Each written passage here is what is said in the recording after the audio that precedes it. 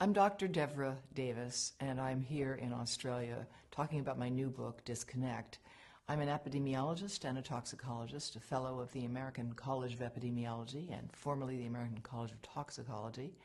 I worked in the Clinton administration. I was the founding director of the Board on Environmental Studies and Toxicology at the U.S. National Academy of Sciences, and that was the group that did the study recommending the ban on smoking on airplanes quite some time ago.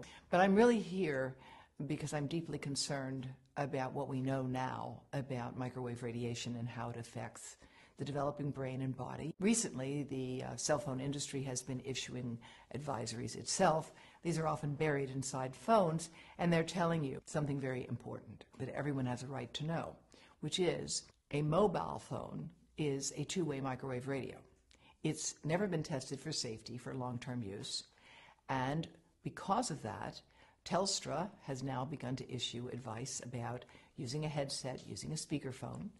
In America, Consumer Reports, a respected publication, has recently recommended that no one keep a mobile phone in their pocket. And that's because if phones were tested in the pocket, the levels of radiation from those phones would exceed the safety guidelines that are currently operating. Brain cancer actually is more than 200 different types of diseases.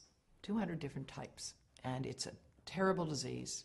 Most people don't survive it. Their lives are shortened by it. What we know about it is that ionizing radiation causes it. And we know that from studies of people who got heavy doses of X-rays for treatment for something and then went on to develop brain cancer 30, 40, or 50 years later. Studies have been done that have looked at what happens to neural stem cells, baby stem cells, brain cells, when you expose them to mobile phone radiation. And what those studies find is that if you expose those cells, you can look at their membranes, and you find the membranes are weakening and opening. And all of these tests have experimentally indicated that mobile phone radiation can damage human brain cells and cause more damage to